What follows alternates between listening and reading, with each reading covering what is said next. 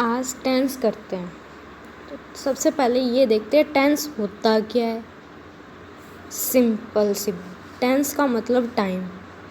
अब टाइम को कैसे डिस्क्राइब करें कि जो हमें ये पता चल जाए कि वो इजीली टेंस का मीनिंग समझ आ जाए।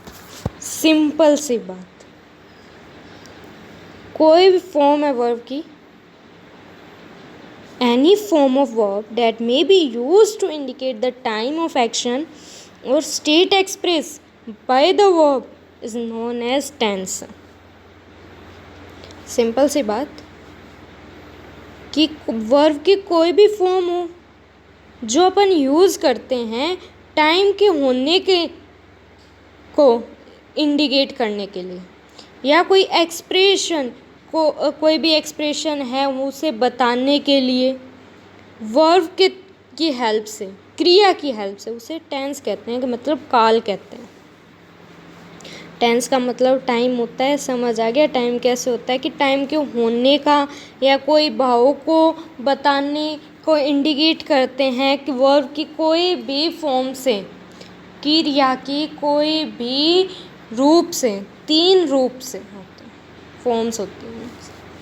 तो अब बात कर लेते हैं थोड़े से आज की पॉइंट के जो हमेशा याद रखने चाहिए, जो टेंस लर्न करने में याद हमेशा हेल्प करते हैं, टेंस में हेल्प करते हैं। तो पहली बात है helping verb.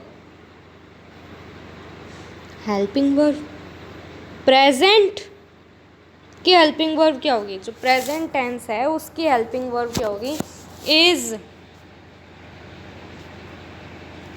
Is, am, are, has, have, do, does.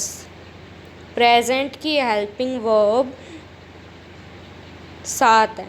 Is, am, are, has, have, do, does. Past की वॉज, वर, हैड, डिड।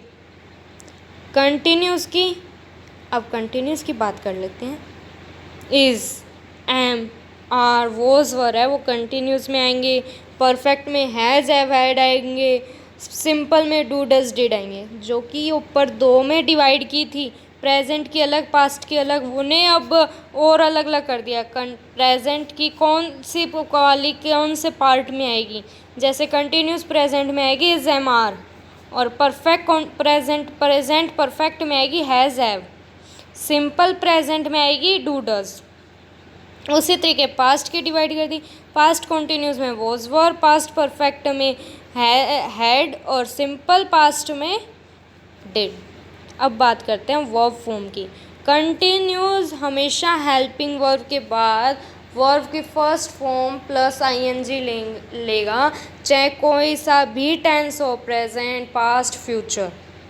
और परफेक्ट हमेशा वर्ब की थर्ड फॉर्म लेगा। अब बात करते हैं फ्यूचर। फ्यूचर में बी कंटिन्यूस के लिए आएगा, तो उसका प्रेजेंट में कंटिन्यूस में क्या होगा? इज, एम, आर, और पास्ट में वॉज, वर। फिर दूसरी बात करते हैं हैव। फ्यूचर परफेक्ट में हैव आएगा, और उसका प्रेजेंट में क्या होगा? हैज़, हैव, और पास्ट में क्या होता है? हैड। और फिर बात करते हैं सिंपल फ्यूचर की, या उसे बोलते हैं फ्यूचर इनडेफिनिट। उसमें डू यूज़ होता है, और उसका प्रेजेंट फॉर्म क्या होती है? डू, डज, और पास्ट में क्या होता है? डिड। ये बात चली। अब बात करते हैं टेंस है वो कितने काइंड होते हैं? 3 काइंड होते हैं टेंस के, प्रेजेंट, पास्ट और फ्यूचर। आज इतना ही, बाकी अपन कल करते हैं।